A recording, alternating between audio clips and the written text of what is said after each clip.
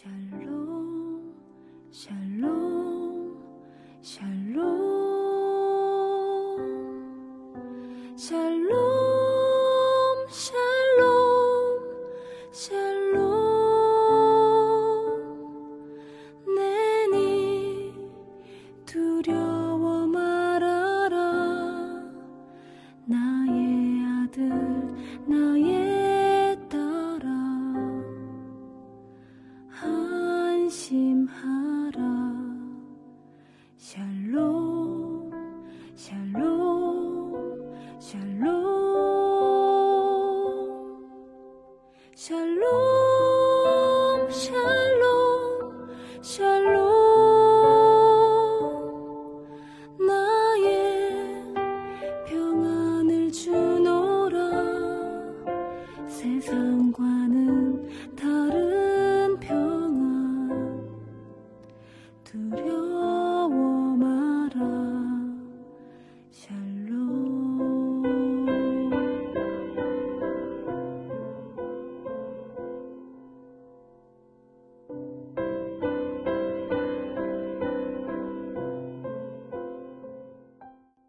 (1월 6일) 늘푸른 새벽 예배를 하나님 앞에 올려 드리겠습니다. 오늘 욥기 39장의 말씀을 중심으로 해서 하나님의 말씀의 은혜를 나누겠습니다. 우리가 욥기서를 계속해서 살펴보고 있습니다. 욥기는 성경 속에서 특별히 고난에 대한 주제를 다루고 있는 본문입니다. 사실 우리가 욥기서를 읽는 것이 그렇게 기쁘지만은 않아요. 왜냐하면 이 욥기에 나오는 고난의 문제는 사실상 우리가 회피하고 싶고 도피하고 싶은 그러한 문제이기 때문입니다. 우리가 인생을 살아가다 보면 우리의 삶이 늘 승승장구하고 평안하고 기쁨이 넘치는 복된 은혜를 살아가기를 원하지만 때때로 우리 가운데 풍랑이 찾아오고 어두운 밤이 드리워진 때를 살아갈 때가 있어요. 그러나 우리는 여전히 우리 가운데 그러한 어떤 재앙의 때, 곤고한 날의 때가 우리 가운데 임하지 않기를 바라는 마음으로 인하여서 그것을 외면하고자 하는 그런 심정이 있는 것이죠. 누구라도 눈물의 밤을 지새우고 싶은 사람은 아무도 없을 것입니다. 그럼에도 불구하고 우린 욥기서를 통하여서 인정해야 돼요. 우리의 인생은 때때로 기쁨의 높은 곳으로 올라가기도 하지만 또 낮은 땅으로 가라앉기도 한다라는 것입니다. 이것을 통하여서 우리가 하나님을 배우고 우리의 삶의 연약함을 배우고 또 그 깊이와 너비가 넓어진다라는 사실을 우리는 분별해 알 수가 있는 것이지요. 욥기는 그래서 우리의 인생 속에서 고난을 어떻게 이해하고 우리에게 찾아온 고통을 어떻게 해석해야 되는지에 관하여서 끊임없이 질문을 던지고 있습니다. 사람은 어떻습니까? 고난이 닥쳐오기 시작하면요, 어떻게 행동해요? 왜 이런 고난이 닥쳐왔는가에 대해서 끊임없이 되새기고 질문하는 존재예요. 그러니까 뭐냐면 과거의 상황 속에서 현재 나의 문제를 잡고 직면하고 바라보기를 원한다는 것입니다. 그러다 보니까 어떤 일이 벌어져요? 현재에도 살지 못하고 과거에도 살지 못하고 또 미래를 받아들이지도 못하는 그런 어정쩡한 그 세계 속에서 삶을 살아낼 수밖에 없다라는 것입니다. 과거의 어떤 사건이 나에게 뭔가 잘못된 결정을 했기 때문에 이것이 나에게 영향력을 행사하는 거야 라고 스스로가 과거에 매이게 돼요. 그런데 문제가 뭡니까? 과거의 문제는 우리가 바꿀 수가 없어요. 그러다 보니까 현재는 여전히 고통 가운데 괴로워하는 거예요. 과거의 나를 질책하고 현재는 나는 고통 속에 괴로워하기 때문에 과거와 현재를 살 수 없는 그런 혼란스러운 상태가 되어버리고 마는 것입니다. 지금 욥과 세 친구는 그러한 시제 속에서 서로 논의를 하고 있는 거예요. 욥의 세 친구가 뭐라고 말합니까? 너가 지금 고통을 당하는 이유는 과거에 네가 죄를 졌기 때문일 거야 라고 말하고 있어요. 또 욥은 뭐라고 말합니까? 아니야, 그렇지 않아. 나는 과거에 그런 죄를 지은 적이 없어. 오히려 하나님께서 나에게 복을 주셔야 할 거야. 그런데 하나님 왜 이러시는지 나는 이해할 수가 없어. 여러분, 과거에 매여 있어요. 사람은요, 본능적으로 현재 문제가 닥치게 되면요, 자신에 대해서 죄의식을 가지고 끊임없이 과거를 회귀합니다. 그러다 보니까 현재 문제를 직면하지도 못하고 돌파할 수 있는 힘조차 빼앗기는 상황 가운데 놓여지게 되어지는 것입니다. 근데 여러분, 이것을 억지로 막아낼 수 있습니까? 여러분, 그럴 수가 없어요. 이게 본능이라는 겁니다. 내가 이런 어려움이 당했을 때 나 스스로가 자꾸 이러지 말았어야 됐는데 라고 후회하면서 괴로워하는 것들이 더 가중될 수밖에 없는 것이 우리의 인생이라는 겁니다. 자, 이러한 상황 속에서 그러나 욥이 정말 신앙을 가지고 있었기 때문에 그가 놓치지 않는 것이 한 가지가 무엇입니까? 하나님에 대한 확신이에요. 하나님에 대한 사모함이에요. 하나님에 대한 갈급함이에요. 왜 그렇습니까? 이 고난에 대해서 해석을 하다 보니까 여러 가지 고민을 하다가 결국엔 어떻게 해요? 하나님께서 고난을 허락하셨다라는 것을 전제로 떠올리는 거예요. 그러다 보니까 욥이 어떻게 행동합니까? 원망도 하고 불평도 해요. 하나님 어떻게 나한테 이러실 수가 있어요? 내가 하나님께 어떻게 행동했는지 당신은 잘 알고 있지 않습니까? 라고 원망을 하는 거예요. 욥이 또 뭐라고 말합니까? 나의 길 오직 그가 아시나니 그가 나를 단련하신 후에 내가 정금같이 나아오리다.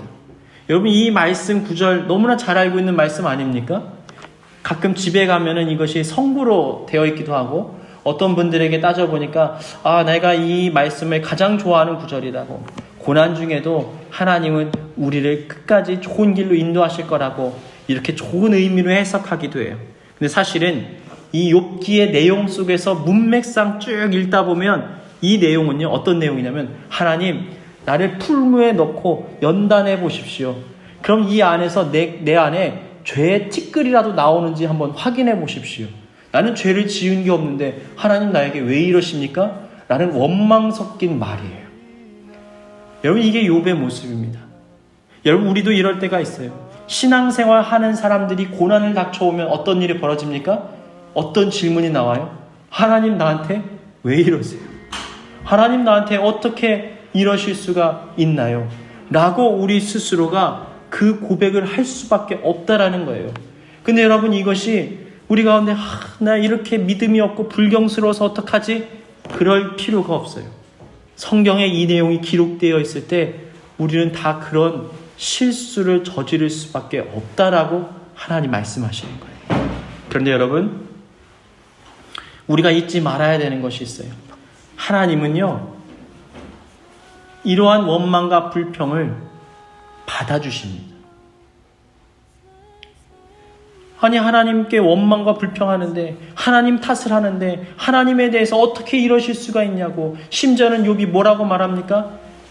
내가 엄마의 뱃속에서 차라리 죽었더라면 좋았을 텐데. 여러분, 엄마에게, 부모님에게 자식이 가장 상처를 주는 말이 무엇일까요? 엄마, 왜 나를 낳았어요? 나를 왜 이렇게 괴롭게 만들어요? 그것이 어쩌면 가장 강하고 반항기 어린 말이 아닙니까? 그러니까 지금 욥은요, 하나님 앞에 그렇게 불평하는 거예요. 창조주 되신 하나님, 왜 나를 지으셔서 왜 이 고통 가운데 던져내십니까? 그런데 하나님이 다 받아주고 계세요. 왜요? 여러분, 욥의 모습을 보세요. 하나님을 부정하는 게 아니에요. 여전히 하나님의 그 큰 경륜 가운데 자신의 삶이 주어져 있다는 사실을 인정하고 고백하는 거예요. 그러니까 그의 원망과 불평조차도 하나님을 향한 외마디의 기도고 부르짖음이 되어지는 것입니다. 여러분, 때때로는요, 기도가 안 나올 때가 있어요. 너무나 기가 막힌 일이 경험되고 나면요, 기도가 튀어나오지 않아요. 불평만 나와요. 하나님 왜 이러세요? 라고 말할 수가 있어요. 그러나 여러분, 그것도 하나님께서는 우리를 향하여 기도로 들으시고 그리고 우리를 위로하기를 원하신다라는 거예요. 여러분, 주님을 기억하고 주님 안에 머물러 있으면요, 우리의 삶의 모든 자리가 예배가 되고 기도가 되고 찬양이 되는 거예요. 하나님은 우리를 향하여 시선을 고정하고 계세요. 이 녀석이 오늘 하루 어떻게 나를 영화롭게 할까? 어떻게 하면 나를 기쁘게 할까? 그렇게 주목하고 바라보고 계시다라는 거예요. 그렇다면 우리는 어떻게 해야 됩니까? 고난 중에도 하나님을 바라보고 기쁨 중에도 하나님을 노래할 수 있어야 한다는 거예요. 그리고 우리의 삶의 모든 것들이 하나님의 손안에 있음을 우리는 고백하고 인정할 수 있어야 한다는 것입니다. 여러분, 욥의 말을 다시 한번 뒤집어 볼까요? 그가 나를 단련하신 후에 정금같이 나오리다. 풀무에 나를 넣고 단련을 해보시고 나를 진단해 보시면 죄의 티끌조차도 찾을 수 없을 겁니다. 이 당당한 욥이 이 고백의 끝에는 사실 이런 내용도 진실하게 담겨져 있는 거예요. 하나님, 나를 판단하기 위해서 내 죄를 가리기 위해서 찾아오시면 내 곁에 머무시겠지요? 지금 이 얘기를 하고 있는 거예요. 나를 풀무에 넣고 꺼내서 나를 헤쳐볼 때 내가 죄가 있는지 없는지 확인하실 때 그래도 나에게 찾아오시겠지요? 그러면 나는 그것을 기대합니다. 라고 사실은 그의 영혼이 본질적으로 하나님을 갈망하고 있는 거예요. 여러분, 우리 믿는 자에게 있어서 근본적으로 구해야 되는 게 뭐예요? 하나님에 대한 갈망이에요. 하나님의 임재를 사모해야 된다는 거예요. 고난 중에도 기쁨의 순간 속에서도 주님 나와 함께 하시지요? 주님 나와 동행하시지요? 주님, 그러면 나는 만족해요. 주님, 나를 고와 같이 홀로 내버려 두지 마세요. 그러한 고백이 우리의 삶의 자리에 있어야 한다는 것입니다. 사랑하는 여러분, 고난과 역경과 또 기쁨의 시간들이 우리 가운데 교차되어서 지나가게 될 때 여러분, 우리는 이 고난의 문제를 받아들여야 돼요. 때로는 이 고난이 우리가 지금껏 경험해보지 못한 하나님에 대해서 만나게 되는 은혜의 기회가 될 수 있다는 거예요. 누군가가 그렇게 고백하더라고요. 죽음의 고비를 겪고 나니까, 목사님, 하나님을 그때만 만날 수 있는 하나님을 내가 경험했어요. 죽음의 사선을 넘나드는 순간, 그때만 만날 수 있는 하나님을 제가 체험했기 때문에 그 고통이 위로받을 수 있었어요. 라고 말하는 어떤 성도의 고백을 들은 적이 있어요. 여러분, 우리 가운데 때로는 우리가 설명할 수 없고 받아들이기 힘든 고난이 찾아올 때에도 우리를 소망 중에 인도하시고 우리를 만나주시기 위해 달려오시는 그 전능하신 하나님을 온전히 바라보는 저와 여러분의 삶이 되시길 주님의 이름으로 축복합니다. 또 이제 욥기 38장부터 쭉 내용을 보다 보면요, 뭐라고 말합니까? 드디어 욥에게 하나님이 찾아오십니다. 여러분, 고난 중에 하나님을 믿는 백성들이 가장 괴로운 게 뭐냐면요, 하나님의 일식이 찾아올 때 절망합니다. 하나님의 일식. 평상시에는 늘 하나님이 나에게 음성도 들려주시고 말씀해 주시고 늘 주님과 동행하고 내가 주 안에 있고 주가 내 안에 있고 그러한 천국의 삶을 살아가다가 갑자기 고난이 닥치고 나서 내가 어떻게 해야 될지를 몰라서 하늘을 쳐다보는데 하나님의 음성이 들리지 않는 듯한 침묵의 시간, 어둠의 밤이 흘러갈 때가 있다는 거예요. 하나님의 일시. 여러분, 그때가 믿는 자들에게 가장 괴로운 때예요. 그러다 보면 어떤 생각이 들어요? 하나님 진짜 살아계시는 할까? 하나님 정말 존재하실까? 근데 왜 이런 고통을 나에게 허락하셨을까? 정말 세상 사람들의 말처럼 정말 하나님은 안 계실지도 몰라 라고 우리 가운데 그러한 마음들이, 그러한 생각들이 불쑥불쑥 튀어나올 때가 있어요. 그런데 여러분, 이 욥기의 마지막을 장식하는 이 클라이막스에 누가 등장하십니까? 여호와께서 폭풍우 가운데 욥에게 말씀하셨다라고 등장해요. 여러분, 결코 우리 주님은 우리 믿는 자들의 그 하나님을 향한 부르짖음, 하나님을 향한 갈망을 결코 외면하지 않으신다라는 거예요. 여러분, 그 일식의 시간이 영원하지 않잖아요. 잠시 시간이 흐르고 나면요, 해가 다시 빛을 되찾게 됩니다. 그러한 하나님께서 다시 우리 가운데 찾아오셔서 따뜻한 사랑의 온기로 우리를 녹여주실 것을 사모하고 기대해야 돼요. 그러니 이 우리의 어둠의 시간들은 영원하지 않다라는 것을 우리는 기억해야 한다는 것입니다. 자, 그리고 2절에 보니까요, 하나님이 이렇게 말씀하세요. 무지한 말로 생각을 어둡게 하는 자가 누구냐? 여러분, 우리는 때때로 우리의 어리석음으로 인해서 하나님을 온전히 바라보지 못할 때가 있어요. 하나님에 대해서 내가 다 알고 있는 것인 양 착각하며 삶을 살아가지만 오히려 나의 잘못된 지식으로 인해서 하나님을 오해하고 하나님을 왜곡할 때가 많이 있다라는 거예요. 여러분, 우리 인간이, 피조물된 인간이 창조주 하나님에 대해서 얼마나 알 수 있습니까? 누군가 이렇게 말하더라고요. 창조주 하나님에 대해서 다 알고자 하는 것은 마치 모기가 바닷물을 모두 빨아들이기를 원하는 것과 같다.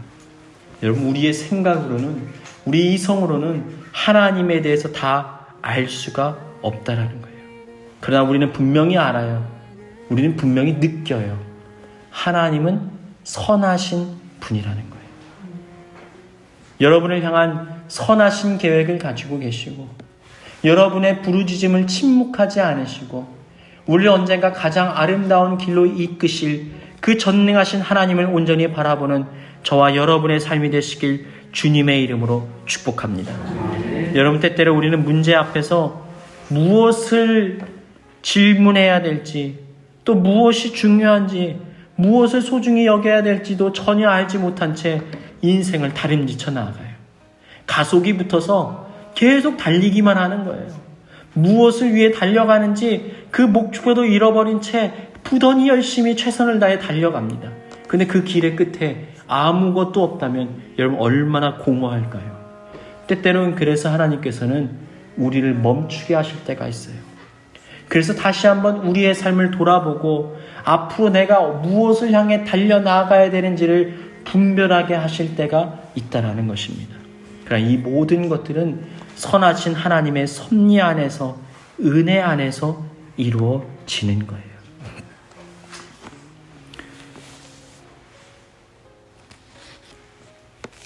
또 우리가 이제 욥기 38장에 보면요, 하나님께서 세상을 지으실 때, 모든 것들을 만들 때 너는 어디 있었냐? 라고 질문을 던지십니다. 네가 나를 아느냐? 이 고난의 이유에 대해서 묻는데 너는 나에 대해서 알고 있느냐라는 근본적인 질문을 던지고 있어요. 여러분, 사실은 이게 이해가 안 되는 말 아닙니까? 어떻게 하나님 이러실 수가 있어요? 지금 욥은 무엇에 대해서 질문하고 있습니까? 왜 나에게 이런 고난이 닥쳤어요가 그에게 계속된 질문이었어요. 근데 하나님은 뭐라고 말씀하세요? 나에 대해서 아느냐고 질문하시는 거예요. 여러분, 이 내용이 전혀 매치가 안 될 것처럼 보여지지만 사실은요, 근본적인 이유가 있어요. 왜 그렇습니까? 여러분, 우리가 영적인 존재이기 때문입니다. 여러분, 이 오늘날에 이 코로나를 지나고 난 이후에 이 정신과의 진료를 받고 치료를 받는 사람들이 몇 배나 늘어났다는 사실 알고 계십니까? 어쩌면 그동안에 숨겨져 있고 감추어져 있던 것들이 터져 나오는 거예요. 그러면서 동시에 이 유튜브나 이런 데서도 굉장히 핫하게 이슈가 되는 것들이 이 어떤 감정에 대한 통제, 정신에 대한 통제, 이런 것들이 굉장히 많이 이슈가 됩니다. 그래서 이 뇌과학자들이나 인류학자들이 근본적인 고통에 대해서 이야기를 합니다. 근데 이들이 이 인간이 고통을 겪는 그 근본적인 원래 그 고통의 그 첫 번째 그 감정이 뭐냐면 두려움이라는 거예요. 그러니까 두려움이 내 마음과 생각을 장악하기 때문에 생존에 대한 욕구 때문에 이것이 다양한 방법으로 표출이 된다는 거예요. 감정적으로. 어떨 때는 분노로, 어떨 때는 두려움으로, 어떨 때는 염려로, 어떨 때는 불안감으로 표출된다는 거예요. 그 근본적인 끝에는 뭐가 있다고요?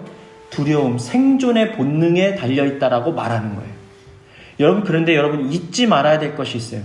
믿는 사람들은 이 세상에 사람들이 말하는 말에 완전히 귀를 기울여서는 안 돼요. 그럼 우리를 뭘 봐야 됩니까? 성경은 기독교인들은 뭐라고 말합니까? 우리의 고통의 근본적인 원인은 하나님의 결핍에서부터 나온다고 말합니다. 생존이나 두려움이 아니라 하나님을 우리가 알지 못하기 때문에 두려움 가운데 사로잡힌다라고 성경이 말해요.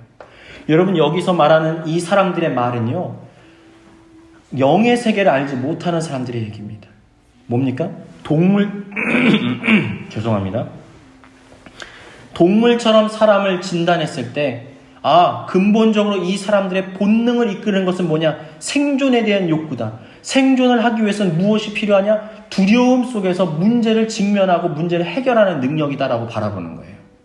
그런데 지금 성경은 뭐라고 말해요? 너는 짐승이 아니야, 동물이 아니야. 나랑 사랑의 관계를 맺는 존재야. 그렇기 때문에 너의 그 공허하고 허하고 두려움이 가득한 그 마음의 상태의 근본에는 뭐가 있냐면 나를 알지 못하는 것이 있다라고 말씀하시는 거예요.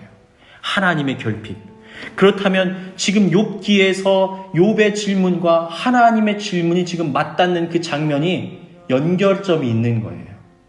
아니, 왜 동문서답을 하십니까가 아니라 우문에 대해서 하나님이 현답하시는 거예요. 어떤 일입니까?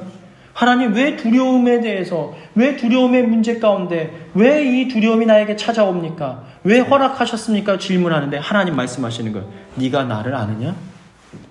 만나주십니다. 그런데 이상한 것은요, 욥의 답에 대해서 어떤 것도 답이 온전히 된 것이 없지만 이 마지막 장면을 보면 욥이 이렇게 고백합니다. 하나님, 제가 지금까지는 귀로만 들었으나 이제는 눈으로 보나이다. 그 안에 있던 모든 질문과 의문들이 해결되어지는 거예요. 설명할 수 없는 자신의 그 빈궁하고 공핍했던 영혼의 방이 하나님의 임재로 인하여서 채워지는 것을 경험하게 되었던 것입니다. 사랑하는 여러분, 우리가 이 땅을 살아가는 데 있어서 가장 중요하게 여겨야 되는 것은 무엇입니까? 하나님의 임재를 사랑하고 사모해야 한다는 것. 하나님께서 우리와 함께 하시느냐, 그렇지 않느냐가 우리 가운데 두려움을 주느냐, 기쁨과 평안을 주느냐의 그 갈라지는 갈림길에 서는 우리의 삶의 모습이 되어진다는 것입니다. 성경은 뭐라고 말합니까? 내가 세상이 줄 수 없는 평안함을 너에게 주리라. 여러분, 우리는 고난의 문제로 인하여서 여러 가지 어려움과 고통을 겪게 될 때가 있어요. 어떤 종교에서나 고난의 문제를 풀어내기 위해서 부단히 노력합니다. 불교에서는 어떻게 얘기합니까? 고난을 다, 고통의 것들을 다 벗어 던져라. 번뇌를 다 벗어 던지라는 거예요. 공의 상태를 만들으라는 거예요. 다 비워내라는 거예요. 그것은 그냥 욕심일 뿐이다. 다 비워내라는 거예요. 그런데 여러분, 이 땅을 살아가는 우리가 이 땅에 몸을 입고 있는 동안 비움의 시간들을 가질 수가 있습니까? 그럴 수가 없어요. 그러나 우리의 영성은요, 채움의 영성이에요. 어떻게 채웁니까? 하나님으로 채우는 거예요. 은혜로 가득 채우는 거예요. 비우는 게 아니라 채우면요, 하나님의 평강과 기쁨과 은혜와 자비가 채워지면 여기에 담겨져 있던 불순물들이 다 흘러가게 되어 있는 거예요.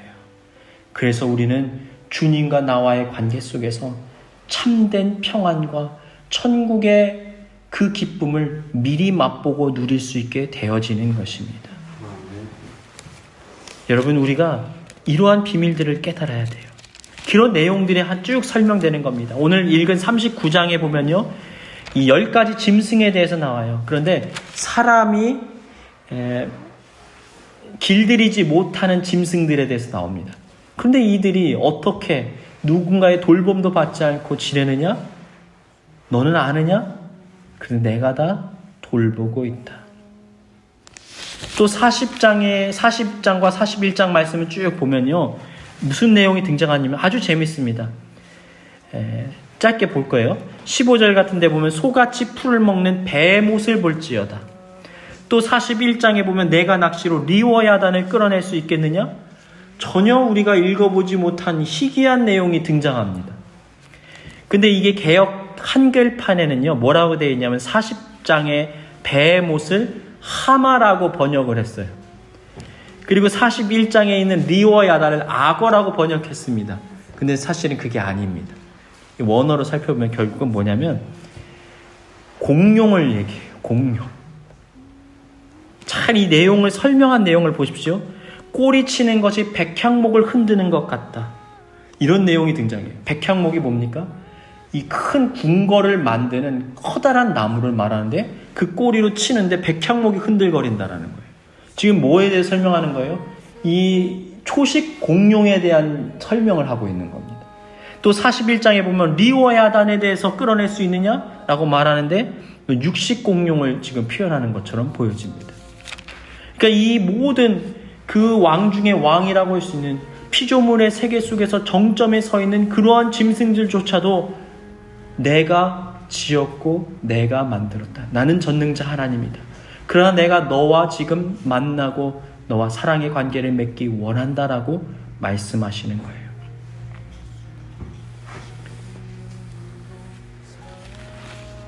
아담과 하와가 죄를 짓게 됩니다.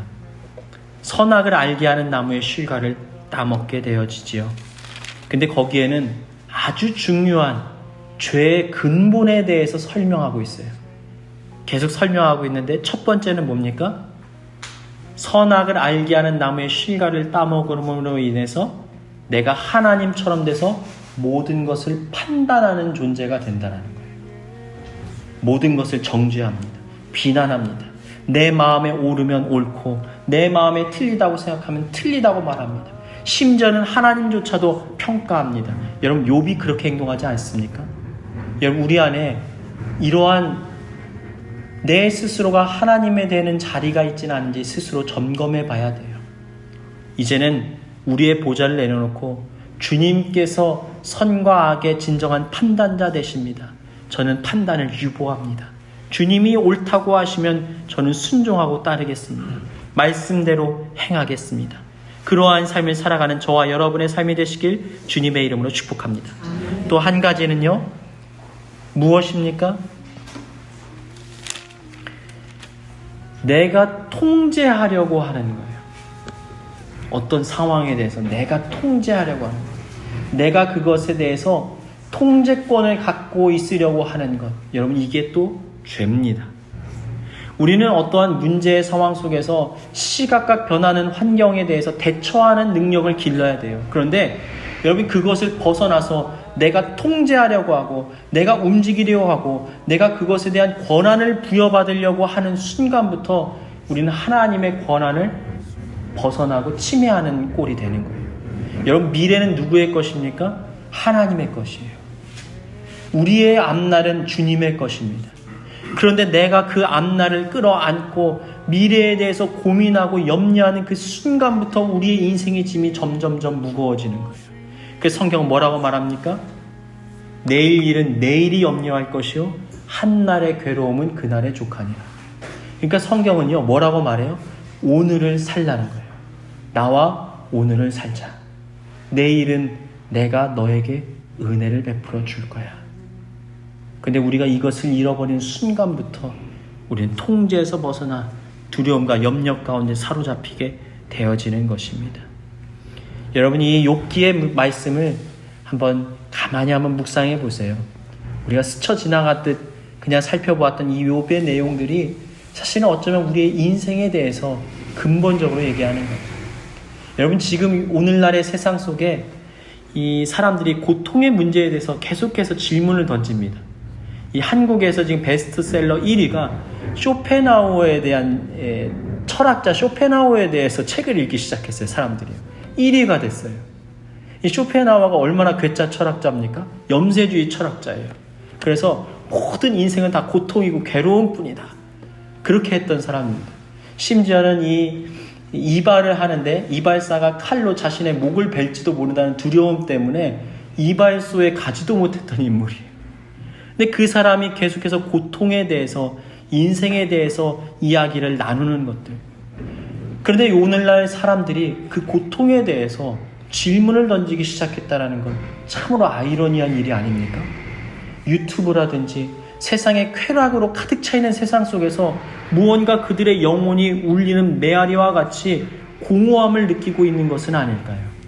여러분, 만약 지금 오늘날 우리의 삶의 자리, 우리가 하나님을 믿는다고 하면서도 공허하고 고통 속에서 괴로워하는 영역들이 있다면 이제는 우리가 우리의 고통을 하나님 앞에 내어드리고 우리의 영혼을 스스로 진단해 볼 필요가 있다라는 성경은 우리 가운데 이미 해답을 말씀해 주셨어요.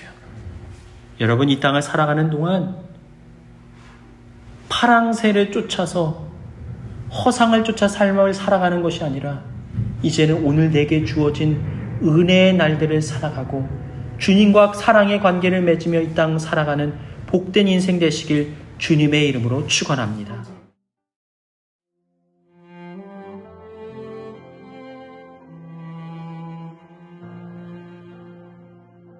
교회에 주신 공동의 기도 제목을 가지고 다 같이 기도합니다. 2023년 한 해 동안 나의 삶을 친히 돌보아 주신 은혜의 하나님께 감사하게 하시고 새롭게 시작하는 2024년 새해에도 주님과 동행함으로 사랑과 은혜의 간증들이 넘치게 하여 주옵소서. 마음의 두려움과 근심이 하나님의 부재에서부터 시작되었음을 깨닫게 하시고 이제는 나의 마음에 주님을 온전히 모셔드림으로 참 기쁨과 평안을 누리며 살게 하여 주옵소서. 우리 늘푸른 교회 가운데 죽었던 모든 것이 다시 살아나는 부흥의 역사 임하게 하여 주옵소서. 다 같이 기도하시겠습니다. 인자는 영원하도다. 상한 자들 고치시며 상처를 싸매시도다. 별들의 수를 세시며 이름을 붙이셨도다.